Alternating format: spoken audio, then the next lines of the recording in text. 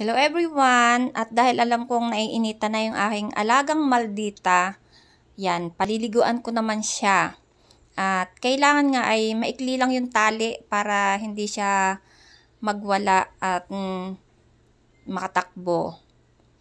Yan, para steady lang siya dyan sa taas. At naubusan na nga siya ng shampoo, pero yung gamit ko naman dyan ng sabon ay para sa aso din naman. Siya nga ay malikot paliguan at dahil parang ayaw niyang magpaligo.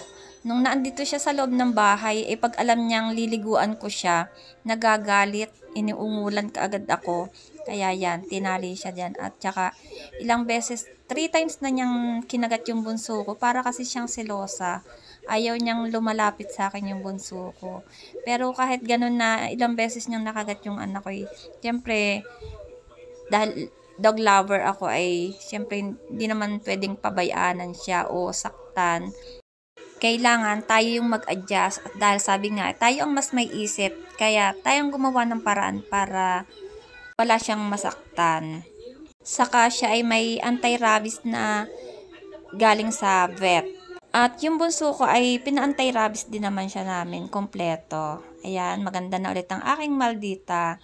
Thank you for watching. Bye-bye.